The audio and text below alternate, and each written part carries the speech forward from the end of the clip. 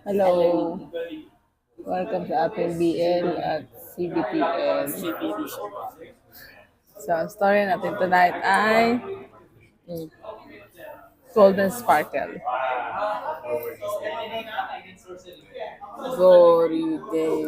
Golden Sparkle. Yan ang cover niya. Summary. Himari Uehara, for a first-year high school boy, knows very little about sex. Without his father at home and having skipped health in middle school, Himari is only confused when he wakes up with his boxer a mess and has no one for advice. Luckily, Himari has Gaku Asada, a new friend from high school who offers to teach him everything and more he missed out in health class. So basically, ito kasi si Himari.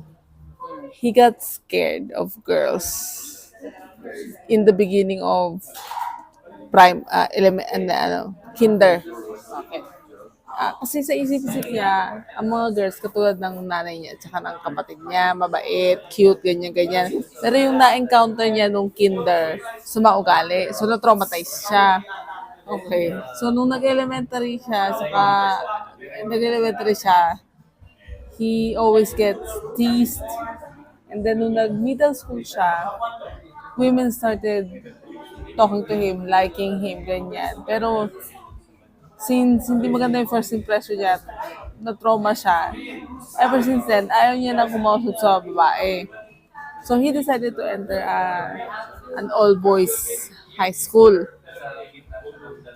So, since nag-start siya ng high school niya, every morning he would wake up basa yung shorts niya. So, nalaman niya, una niyang nakilala, introduce yourself part sa high school.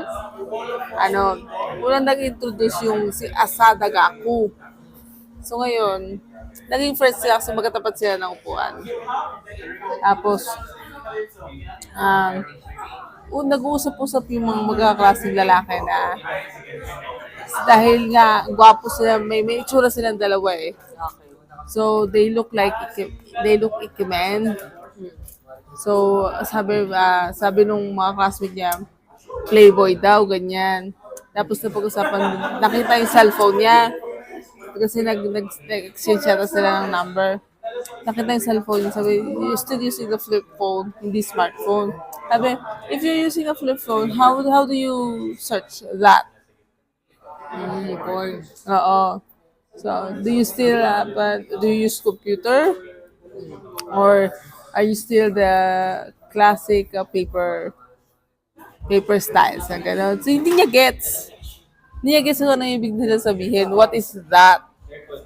And then sabihin, how do you take care of that? Tinanong siya gano'n. Hindi niya alam ang sasagot niya kasi hindi niya alam. So, nung uwian na, nag-uusap sila dalawa ni Gaku na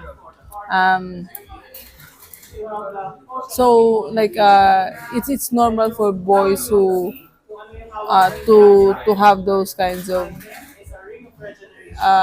reaction every morning. It's physiological. So sabi niya, tinanong siya, hindi mo ba alam yan nung middle school? Sabi niya, he skipped all of his health tests dahil wala mga exam. So walang grades ng ang health class. So he skipped everything. So wala siyang alam at all. So hindi niya alam na normal pala yun. Ang akala niya may sakit na siya. And he's really sick ang akala niya. So, oo. So hindi niya alam kung paano mag-jack off, hindi niya alam kung ano yung pinag-uusapan na hindi niya alam kung ano yung pinag-uusapan regarding sa physical copy or computer, hindi niya gets.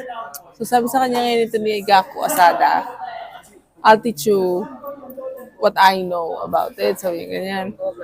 So, unang ginawa nila sa bahay, si Gaku, he jerked off si Himari. Jerked him off. Hindi ko na-obvious na siya, hindi niya lang alam. Kasi nga, wala siyang alam.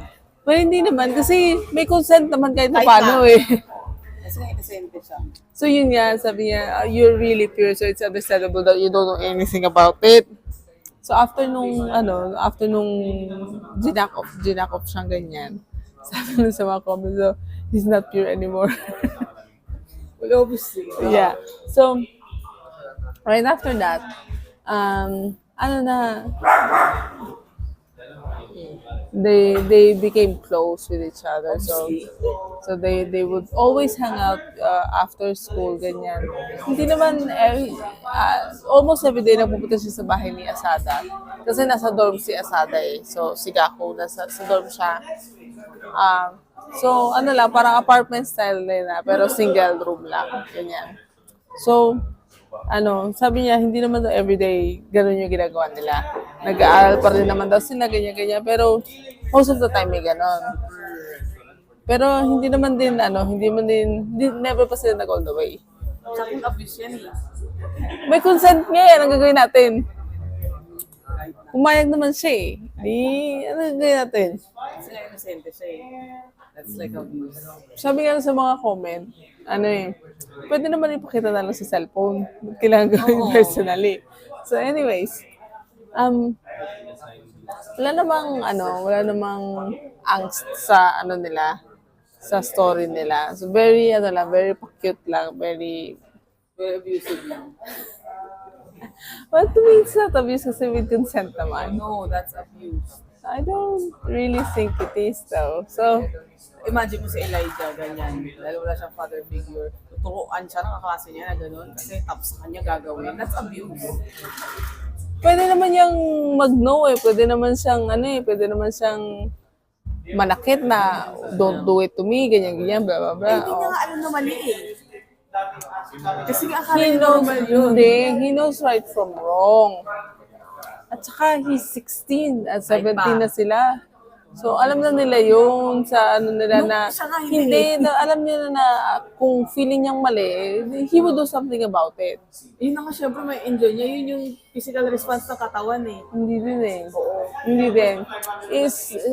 There's some point na if you don't like the way someone touch you, ikaw mismo yung aalis eh. Yun na nga. It doesn't Oh, matter na hindi. ano. Ibig sabihin, he's consenting to it. Kasi na, wala siyang alam. Hindi. Alam niya na yung feeling na yun. Kasi alam din niya sa mga babae nga, ayaw niya. So, kasi hindi niya gusto. Hindi niya nagustuhan yung Hindi niya gusto kasi nagkaroon experience. siya ng bad experience. Hindi nga. Even after that, nung middle school na siya, ina-approach siya ng mga babae eh. Oh. Siyempre, takot na siya eh. Hindi, iba pa din. Alam niya pa din na hindi niya gusto. I don't know. So, yun yung ganun. Okay, tapos. So, anyway. So, una natin tuloy. Ayaw mo eh. Tuloy mo na. Wala, Tapos. hindi na natin tutuloy kasi hindi na magiging maganda reaction mo dito. So, okay na yun. Tama lang. Hindi, ganun na eh. Wala na eh. Ayaw mo ng story eh. Di huwag na. Eh, mali mo bago isip ko dito. Wala na. Hindi na. Tuloy-tuloy na yun eh. Ganun-ganun na yun eh. Oh. If you don't like the story, that's it. O, ipopost ko yan ng ganyan. Oh, okay lang. Sige. Okay. So, why do you like it then? Kasi fluff lang siya sa akin for me. So you didn't like it, so that's it. Okay. I don't know why I like it. Fluff siya for me eh. So yan yung Yan. video. Yan yung nangyayari. Kapag meron Hindi kami kami nag-agree sa isang on bagay, something. hindi kami mag-aaway. Oo. Sabi na lang ko, why do you guys fight? No, we don't. We're just discussing. We're just discussing things Loudly. intensely. So, yes, it does happen that we don't agree with things or story. Example with that case. Siguro mas sensitive lang ako kasi nga may anak na ako na lalaki getting to that age. Alam mo yan. Iba lang talaga ng perspective. Oo. It happens. Yes, it does happen. Yeah. So, ayun yun. It's not always rainbows and butterflies. It's compromise. Yes. That's ano. Exactly. That's why. So, ayun. Thank you so much for watching. Again, this is Bila at CBTL. Tunaw na yung coffee ko. Bye!